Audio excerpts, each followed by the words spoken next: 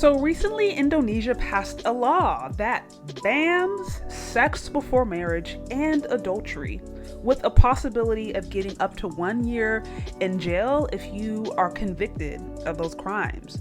And this isn't going to just apply to citizens there, it'll also apply to people who visit the country for tourism or vacations or anything in between. And so, of course, this has, people up in arms. Of course, this has created a big conversation. And, there's a lot of talk as to whether or not this is going to affect tourism, whether or not this is going to negatively impact the economy of that particular nation, so on and so forth. But this is something that the government and the people of that nation obviously want. And, here's my personal opinion. I'm not one bit bothered by this announcement. I mean, I actually agree for different spiritual and religious reasons. I mentioned before, I was celibate until I got married, and I think celibacy is a beautiful thing, and I highly recommend it. So, I don't feel any negative sentiments about this, but I do also understand that I made a decision personally to live celibate as an act of worship to God, but there's also a lot of people out there who don't think that way and would find this as oppressive. So, I could see how this would be perceived as radical depending upon how you look at it. I do also know that Indonesia, however, is a predominantly Muslim country, and so this might actually make the most sense for the culture that is prevalent, or for the religion that is prevalent there. But I do think that there's some lessons that modern women, especially in the West, could learn from Indonesia. Now, I want you to imagine for a moment that the rules that are applied to Indonesia were applied to the Black community. And I know there might be some of you out there who say, okay, that would just be too extreme. But let's be honest. The results in the Black community are actually extreme. 1 out of 3 kids in Black America being born at or below the poverty line is rather extreme. Over 70% of Black kids who are born in America being born outside of wedlock is rather extreme.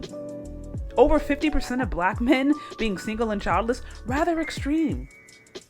Imagine if even if it was just for a few years, there was like a test where Black women could only have sex within the confines of marriage, and adultery was banned, all cheating was banned. How much would that, or could that, positively impact the results that we are seeing today? What would happen with the single parent birth rate? What would happen with the rate of STDs? What would happen with issues with child support? I mean, God, what would happen? So, I know this is, again, the West is going to look at this and say, this is extreme. But my personal opinion is that when you have extreme results, such as what we have in America, and especially such as what we have in the Black community, then perhaps taking extreme measures wouldn't be so bad. And for those of you out there who are quick to say that that is unrealistic, that is not a way of living, that it's just totally crazy, let me tell you, as somebody who was celibate before I got married, that I highly recommend it. I think it is a great thing. And I honestly think more women should consider it. Now, I did it again personally as an act of worship to God, and it's something that I wanted to do to prove my seriousness of my relationship. And I think because of that, I had a different experience with it.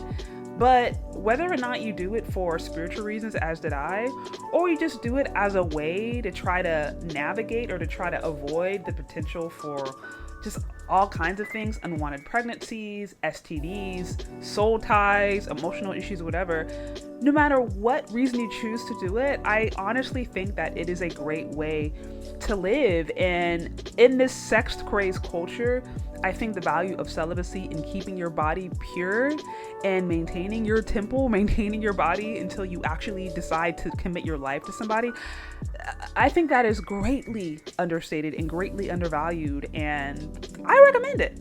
But what do you think? Do you agree or do you disagree? Let me know. Leave your questions, comments, concerns in the comment section below. Thank you so much for listening if you've gotten this far, and we'll talk later. Bye.